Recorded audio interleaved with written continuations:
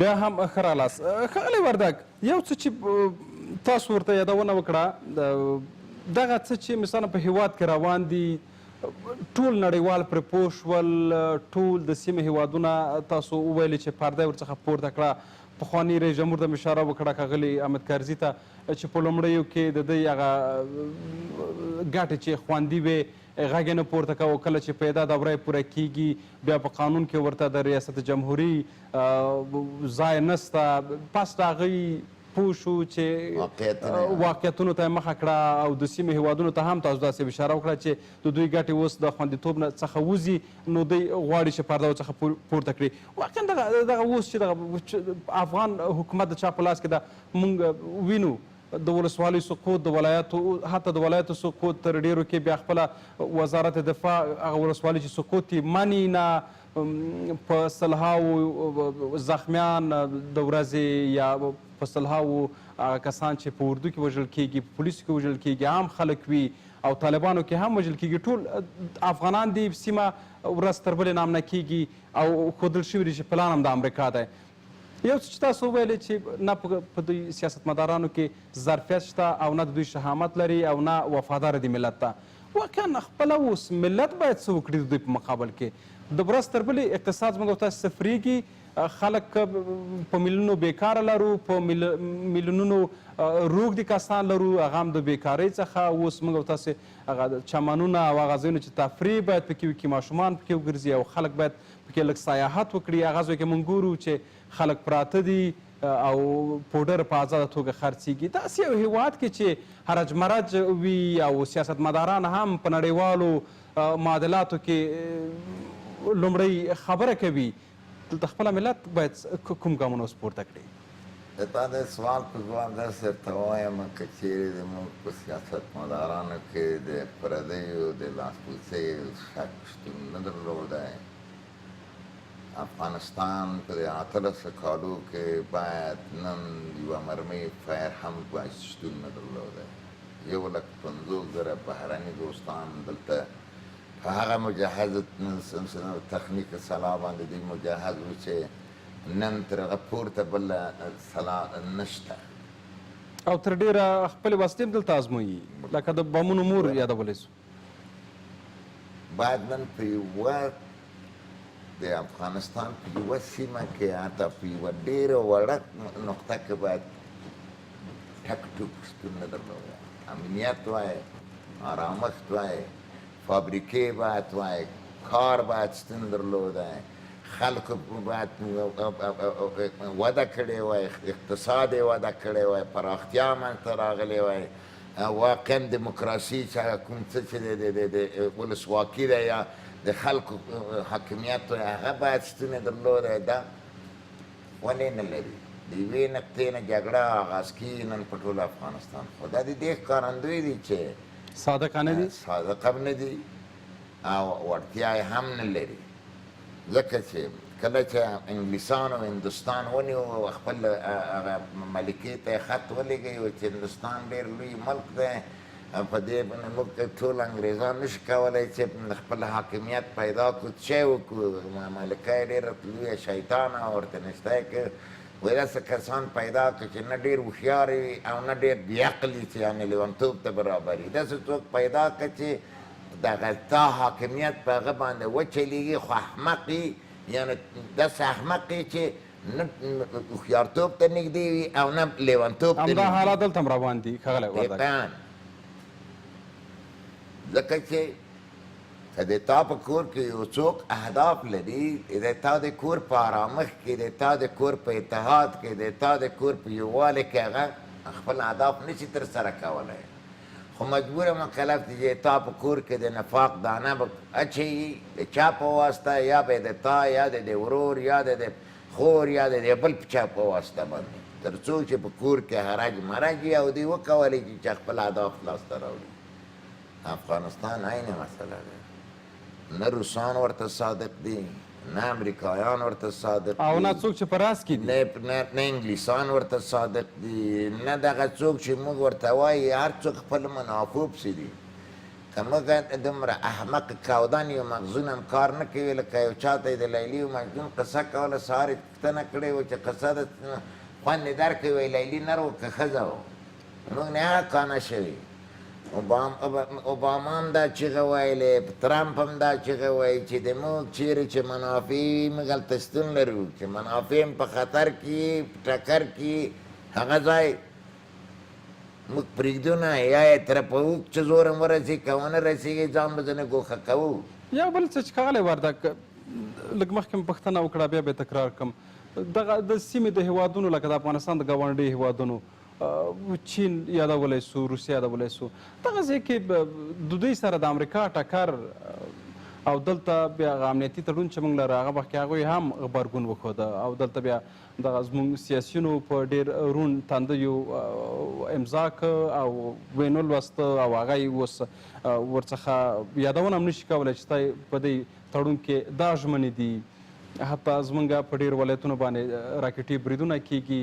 یو شمېر ساحې په متریکو ساحو کې یا په کیلومترو نیول شوي دي د نورو هیوادونو لخوا واقعا د امنیتي تړون شتون او امضا کول په روڼ تندي او دلته بهرنیانو ته اډې ورکول او بیا د ځای کې د سیمې د هیوادونو څخه غبرګون نه دلته د نیابتي جګړې لمن به نوره هم پراخه نه کړي او افغانان به ورځ تر بلې په نورو ستونزو سره لاس او ګریوان نه شي ډېر اوږد به نه ځو ډېر لنډ به درته د 2001 کال نه زموږ بهرني دوستان دلته راغلي دي او جګړه د 2003 کال نه راپیل شوې د هلمند نه چې هغه مافیایي او د قاچاق مواد مخدر جګړه وه چې دوی مافیایي رقیبان ورسره په ټکر کې واقع شول نن جګړه چیرې ده ته ماته دا ووایه آیا په هلمند کې ځای په ځای شتون لري که نه وسط یې پیدا کړې پراختیا یې پیدا کړه او نن ټول افغانستان په جګړه ټول افغانستان ولې ښاغلی وردګ دا د څه شي ښکارندوی دی د دې ښکارندوی دی چې پردي د خپلو منافعو په خاطر باندې د خپل اهداف په خاطر باندې وروسته د دویمې نړۍ جګړې نه د جګړې سیستم ته دوی تغییر ورکړی په ډېره کمه مصارفو او په ډېره کمه ضایعاتو باندې دوی غواړي چې هغه خپل اهدافو ته ځان ورسوي لکه په سوریه کې چې روسان لاسبرې شول غربیان شاته شول پاتې شول یا د جهاد په دوره کې غربیان لاسبرې شول د اتحاد جماهیر شوروي مات کړي د چا په واسطه یې مات کړي دوی خو رسما جګړه یې نه کوله دوی سلاح ورکوله پیسې ورکولې او جګړه چا کوله افغانانو کوله قرباني چا ورکوله افغانانو ورکوله دی نه دوی قرباني ورکوله پیغام د افغانانو په کورو او مزې پرې نورو کول همداسې عین سیستم اوس روان دی جګړې وسط بعد آباد دي چې هغه آباد دا دي چې تر 2007 کاله پورې د ملک سیمه داسې پوښتنه فکر کاوه چې واقعا غرب د تروریزم په مقابل کې ځکه یو مخفي ناګهاني په نوم د القاعدې چې په بعضو ځایو کې برنامې ورته شروع کې دلته مثلا انتحار کوه دلته انفجارونه کوه غټ غټ انفجارونه کوه په سفارت امریکې باندې حمله کوه نو دوی به د دې دپاره وایي چې تر څو چې مسایل حقایق معلومېږي یعنې ټول په یوه هغه باندې تر 2007 کاله پورې چا غږ نه پورته کوه پس د 2008 نه چې د امریکایانو او د انګلیسانو د مواد مخدر په سر باندې مخالفت په هلمند کې راغی د خو دنیا د قوي ملکونه ټول اقمار مصنوعي لري استخبارات ډېر قوي دي راپورونه ورته رسېږي دوی وپوهېدل چې نه دلته مسله بل څه روانه ده جګړه د ترهګرو په نوم د تجارت جګړه ده ډېره مننه ښاغلی یو بله پوښتنه وزارت داخلي یا د کورنیو چارو وزارت دغه اونۍ چې کله برید وشو په کورنیو چارو وزارت باندې وزیر د داخلي وویلې چې دغه وسلوال یا مهاجمین په تورو شو موټرو کې راوړل شوي دي او زرهي موټر و. بیا دلته په پارلمان کې په ملي شورا کې ډېر وکیلانو په امریکا او بهرنیو ځواکونو او استخباراتو باندې دلته انتقادونه لرل چې تور شو او زرهي موټر د دوی دي او کیدای شي دوی راوړي وي. واقعا دغسې څه چې تاسو یادونه وکړه په سفارت برید یا معما جوړول یا پلانګزاري چې خلکو غولوي، واقعا تر ډیره په افغانستان کې په عامو ځایونو یا په حکومتي بنسټونو په بریدونو کې څومره د بهرنیو په سر کې د امریکا لاس دی؟ ما درته وویل چې هر قدرتمن کوشش کوي چې خپل رقیب په هر شکل باندې د خپل مخې نه باید پورته کړي. نن نبرځواک په نړۍ کې امریکا چې کله پوه شي چې چین د اقتصاد وده یې ډېره قوي ده او روسان هم پر دې شاته چې د پسته د افغانستان له ماتې نه ورو په ورو بیرته ځانونه راټولول او بیرته په اصطلاح په پښو درېدل. دا زمینه د دې لپاره مساعده شوه چې غرب دلته د هر څه په شکل باندې چې باید حضور پیدا کړي. کنې بن لادن هغه څوک دی چې د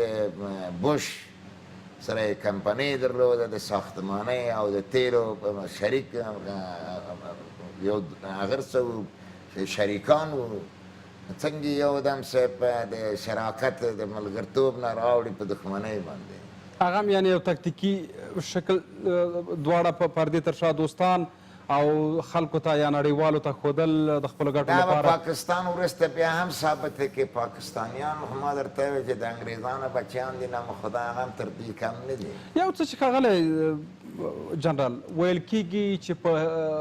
سیمه کې یا په افغانستان کې تر ډیره د روسیې نه اخوا د